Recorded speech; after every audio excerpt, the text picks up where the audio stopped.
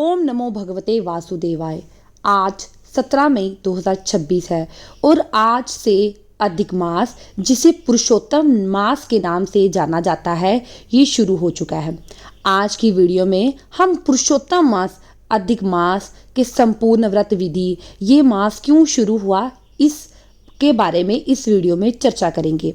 ये एक ऐसा मास है जिसे स्वयं भगवान श्री कृष्ण ने अपना नाम दिया है।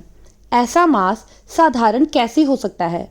अधिक मास प्रत्येक 3 वर्ष के बाद आता है और इसलिए भी ये विशेष बन जाता है क्योंकि इस मास में किया गया कोई भी आध्यात्मिक कार्य मनुष्य को अनंत गुना अधिक फल प्रदान करता है। जितना महत्व चातुर्मास का होता है, उससे भी ज़्यादा महत्व होता है अधिक मास का, यानी पुरुषोत्तम मास का। और इस बार ये अधिक मास का आरंभ आज 17 मई 2026 से हो रहा है और ये समाप्त होगा 15 जून 2026 पर।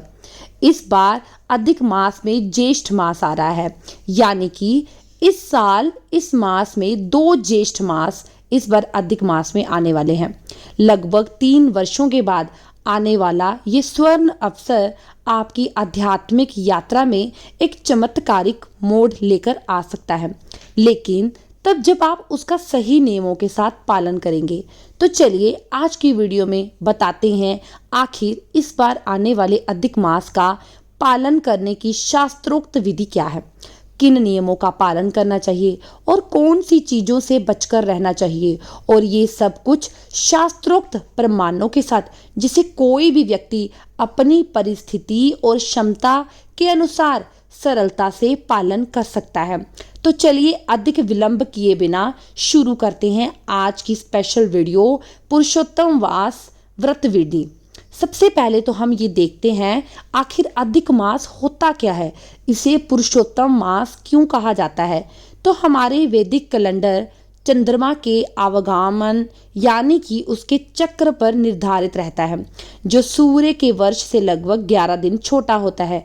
अब ये अंतर हर 3 वर्षों में लगभग एक पूरे मास के बराबर हो जाता है और इस अंतर को संतुलित करने के लिए हमारे ऋषि मुनियों ने एक अतिरिक्त मास की व्यवस्था की और यही वह मास है जिसे अधिक मास, मल मास के नाम से जाना जाता है।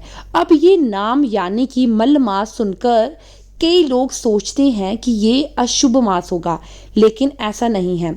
हमारे आचार्यगण बताते हैं इस मास में जो भी आध्यात्मिक कार्य किए जाते हैं उनके द्वारा हमें पूर्व जन्मों की सारी मलिनता और गंदगी दूर हो जाती है, यानी कि जितने भी पाप कर्म है वो नष्ट हो जाते हैं, इसलिए इसे मल मास कहा गया है। हालांकि कुछ कर्मकांडी विद्वान लोग इसे मल मास इसलिए कहते हैं क्योंकि इस मास में उनके भौतिक कर्म कांडों का कोई फल नहीं मिलता, लेकिन भक्ति का फल अनंत गुना अधिक मिलता है। इसलिए भक्तों के लिए ये पुरुषोत्तम मास यानी कि अधिक मास सबसे अधिक पुण्य फल प्रदान करने वाला मास बताया गया है। पद्म पुराण में इस मास की उत्पत्ति एक सुंदर कथा से आती है। जब 12 मासों में 12 देवताओं को अधिपति नियुक्त किया गया तो ये 13वां मास बना किसी स्वामी के रह गया। कोई भी देवता इसका अधिपति बनने के लिए तैयार नहीं थे और तब ये दुखी मास स्वयं भगवान श्री विष्णु की शरण में जाता है और उनसे प्रार्थना करता है और उनकी पुकार सुनकर भगवान विष्णु अत्यंत करुणा के साथ उन्हें कहते हैं कि आप दुखी मत होइए, मैं स्वयं इस मास का स्वामी बनता हूँ क्योंकि मुझे पुरुषोत्तम कहा जाता है, इसलिए अब से ये मास पुरुषोत्तम मास के नाम से जाना जाएगा। और इस प्रकार जो मास सबसे तिरस्कृत था वही सबसे पवित्र बन गया क्योंकि स्वयं भगवान ने इसे अपना लिया था। पद्म पुराण और स्कंद पुराण में इस अधिक मास की अत्यंत महत्वपूर्ण महिमा गाई गई है। इन पुराणों में स्वयं भगवान श्री कृष्ण कहते हैं पुरुषोत्तम मास का पालन किए बिना कोई भी व्यक्ति शुद्ध भक्तिमय सेवा प्राप्त नहीं कर सकता। जो व्यक्ति इसका नियम और दृढ़ता से पालन करता है उसे मैं हर प्रकार की शक्ति प्रदान करता हूँ।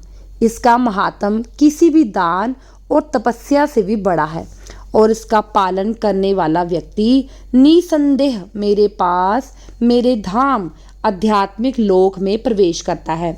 नैमिषारण्य के ऋषि मुनि तो इस पुरुषोत्तम मास को कल्प वृक्ष के समान बताते हैं और कहते हैं कि इसका पालन करने से व्यक्ति कोई भी मनोवांछित फल प्राप्त कर सकता है। दुर्वासा मुनि भी इस मास की महिमा का वर्णन करते हुए कहते हैं, पुरुषोत्तम मास में पवित्र तीर्थ स्थानों में स्नान मात्र से व्यक्ति पाप रहित हो जाता है। इसके अलावा पद्म पुराण में ये भी कहा गया है कि इस मास के अंदर केवल एक दीपक जलाने का पुण्य भी संपूर्ण वर्ष की आराधना से ज्यादा फलदायी होता है। तो इस बार ज्येष्ठ मास अधिक मास 17 मई 2026 रविवार के दिन से शुरू होने वाला है और ये समाप्त होगा 15 जून 2026 सोमवार के दिन। हमारे वैदिक पंचांग के अनुसार इस बार विक्रम संवत 2026 या 83 में 2 ज्येष्ठ मास पड़ रहे हैं। विक्रम संवत 2083 में 2 ज्येष्ठ मास पड़ रहे हैं, एक अधिक ज्येष्ठ और एक सामान्य ज्येष्ठ, जो इस वर्ष को पंचांग और खगोलीय दृष्टि से और भी विशेष बना देते हैं। इस अधिक मास में पुरुषोत्तम पूर्णिमा 31 मई 2026 रविवार के दिन आने वाली है और ये संपूर्ण मास का सबसे शक्तिशाली दिन माना जाएगा, क्योंकि इस दिन भगवान विष्णु की आध्यात्मिक शक्ति अपनी चरम सीमा पर होती है। उनकी पूजा आराधना करने से वे अत्यंत अधिक पुण्य फल प्रदान करते हैं। मनोवांछित हर मनोकामनाएं पूर्ण होती हैं। इस दिन विशेष पूजा दान और जप करने से उसका अनंत गुना अक्षय फल प्राप्त होता है। देखिए, अगर एक छोटी सी गलती से आपकी एकादशी का पूरा फल कम हो जाए और ऐसा ना हो, इसलिए हर एकादशी को करें बिल्कुल सही तरीके से। 24 एकादशियों की संपूर्ण कथा विधि अगर आपके पास एकादशी की बुक है तो उसमें आपको मिल जाएगी। अब हम बात कर रहे थे ऐसे समय में जो हमारे लिए संपूर्ण एक मास के लिए सब कुछ जोड़कर सिर्फ आध्यात्मिक कार्य करना थोड़ा मुश्किल हो जाता है, क्योंकि सभी लोग स्कूल जाते हैं, ऑफिस जाते हैं, कॉलेज जाते हैं, विद्यार्थी होती हैं। तो मैं आज आपको ऐसा नियम बताऊंगी जिसका पालन आपको करेंगे तो आप पुरुषोत्तम मास व्रत आपका पालन हो जाएगा। तो सबसे पहले हम देखते हैं कि इस अधिक मास में आपको क्या करना चाहिए। सबसे पहले ब्रह्म मुहूर्त में आपको उठना है। अधिक मास में सबसे पहला सबसे महत्वपूर्ण नियम ये है कि सूर्योदय से पहले उठे। ब्रह्म मुहूर्त यानी सूर्योदय से लगभग 1.5 घंटा पहले। तो अपने जीवन में ना जाने कितने ही वर्षों से आप बड़े देर से उठते होंगे कुछ, तो अगर आप 30 दिनों में अगर ये काम करेंगे तो आपको अनन्य गुना फल मिलेगा। ठीक है, इसके बाद आप क्या करेंगे, तो आपको उठना सूर्योदय से पहले सिर्फ 1 माह है, जहां मैं बता रही हूँ 17 मई से 15 जून के बीच। अगर बिना इस नियम को तोड़े आप पूरा मास सूर्योदय से पहले उठते हैं तो फिर देखिए अंतिम दिन आपके जीवन में कितना बड़ा परिवर्तन आप अनुभव करेंगे। पद्म पुराण में वर्णन आता है कि पुरुषोत्तम मास में ब्रह्म मुहूर्त में उठकर स्नान करने के बाद और भगवान के दर्शन पूजन करने से पहले व्यक्ति को सहस्त्र अश्वमेध यज्ञ के समान फल प्राप्त होता है। तो सोचिए, अगर आप इस मास में सूर्योदय से पहले उठेंगे तो आपको हर रोज अश्वमेध यज्ञ कर सकते हैं। सिर्फ करना क्या है, ब्रह्म मुहूर्त में उठिए। इसलिए स्नान के बाद स्वच्छ वस्त्र धारण करें, गुरु मंदिर को स्वच्छ करें, भगवान की आरती करें। अगर बाहर जाकर नहीं कर सकते तो घर पर कर लें। ठीक है।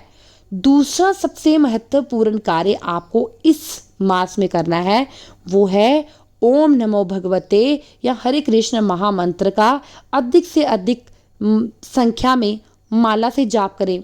ये मास भगवान का प्रिय मास है, इसलिए अगर आप इस मास में भगवान के पवित्र नामों का ध्यान से जप करते हैं तो भगवान की विशेष कृपा दृष्टि आप पर पड़ती है। तो इस मास में आप जितना हरे कृष्ण कृष्ण कृष्ण हरे हरे, हरे राम राम राम हरे हरे, इसकी जितनी मालाएं हो सकती है 8, 10, 16, 25, वो आपकी क्षमता के ऊपर निर्भर करता है कि आप एक दिन में कितनी मालाएं कर सकते हैं। प्रातःकाल में जितनी अधिक माला कर सकते हैं उतना अच्छा है। तो जितनी भी आप माला करेंगे वो सभी आपको प्रातःकाल में समाप्त करने हैं। दिन के दौरान भी अगर आपकी ये वो माला रह जाती है तो वो आप उसे पूरा कर सकते हैं, ठीक है। माला लेकर आप मंदिर जा सकते हैं, वहाँ पर जप कर सकते हैं। मतलब करना क्या है कि अपनी संस्कृति का पालन हमें गर्व से करना है। इसको करने के लिए हमें किसी प्रकार की शर्म नहीं है। पद्म पुराण में भगवान श्री कृष्ण स्वयं कहते हैं कि पुरुषोत्तम मास में हरि का नाम जप करने वाले व्यक्ति को मैं हर प्रकार की शक्ति प्रदान करता हूँ। इसलिए इस पुरुषोत्तम मास में हरे कृष्ण महामंत्र का जाप करना चाहिए। और मतलब हम घूमते फिरते भी मंत्रों का जाप कर सकते हैं। अगर भगवान से सच्चे मन से प्रेम करते हैं तो एक जगह पर बैठकर माला के ऊपर जप करिए। घूमते घूमते हमें जप नहीं करना चाहिए। तीसरा अत्यंत महत्वपूर्ण कार्य है भगवान श्री कृष्ण के दिव्य गुणों और लीलाओं का श्रवण और पठन करना। इसके लिए आप किसी भी प्रमाणभूत वरिष्ठ भक्त की कथा का श्रवण कर सकते हैं, लेकिन सिर्फ उन्हीं की जो प्रमाणभूत संप्रदाय से आते हैं, जो स्वयं भगवान के भक्त हैं। इसके उपरांत आप श्रीमद् भगवत के 10वें स्कंद के 14वें अध्याय का प्रतिदिन पाठ कर सकते हैं। उसमें ब्रह्मा जी ने भगवान श्री कृष्ण की स्तुति की है और इस मास में आपको भगवत गीता के 15वें अध्याय का भी प्रतिदिन पाठ करना चाहिए। अगर आपको संस्कृत बोलने में समस्या आती है तो आप किसी चैनल पर जिसने इस भगवत गीता का संपूर्ण 15वां अध्याय अपलोड किया होगा, आप उसे सुने। इसके साथ उसका उच्चारण कर सकते हैं या फिर उसका अनुवाद पढ़ सकते हैं। इस पुरुषोत्तम मास के अंदर एक विशेष मंत्र का उच्चारण किया जाता है और वह मंत्र इस प्रकार है। गोवर्धनम धरम वंदे गोपालम गोपोपिनम गोकुलोत्सव में शानम गोविंदम गोपिका प्रियम। इस मंत्र का अधिक से अधिक श्रवण और उच्चारण करने से आपको अधिक मास सफल हो जाएगा। पुरुषोत्तम मास के अंदर श्रीमद् भगवत का संपूर्ण परायण विशेषकर 10वें स्कंद में वर्णित भगवान श्री कृष्ण की व्रज लीलाएं और कुरुक्षेत्र में गोपियों से भेंट का प्रसंग पढ़ने और सुनने का विशेष वरदान है। इसके अतिरिक्त श्री चैतन्य चरितामृत का पठन भी इस मास में आपको करना चाहिए। ये भी बहुत फलदायी बताया गया है। साथ ही साथ विष्णु सहस्त्र नाम का प्रतिदिन पाठ करने से भगवान विष्णु की विशेष कृपा प्राप्त होती है। चौथा महत्वपूर्ण कार्य है प्रतिदिन याद से तुलसी देवी को जल अर्पण करना, उन्हें प्रणाम करें। भगवान को प्रसन्न करने का सबसे सरल मार्ग है उन्हें प्रिय भक्तों को प्रसन्न करना। और आप तो जानते हैं तुलसी देवी भगवान श्री कृष्ण को कितनी प्रिय है। हमारे आचार्यगण बताते हैं जब किसी भी जीव का गोलोक वृंदावन में प्रवेश होता है तो तुलसी देवी ही उसे भगवान श्री कृष्ण के पास लेकर जाती हैं।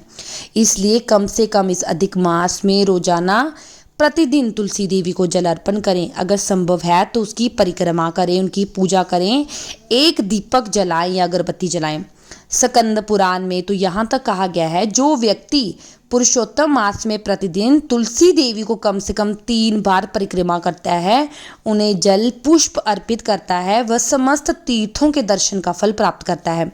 इसलिए इस अधिक मास में जितना हो सके तुलसी मैया की सेवा करें, उनकी पूजा करें, उनके सामने बैठकर भगवान के पवित्र हरे कृष्ण महामंत्र का जाप करें। पुरुषोत्तम मास में दान करने का विशेष महत्व है। इस मास में किया गया दान भी सहस्त्र गुना अधिक फल देता है। विशेषकर ज्येष्ठ मास अधिक गर्मी का समय होता है।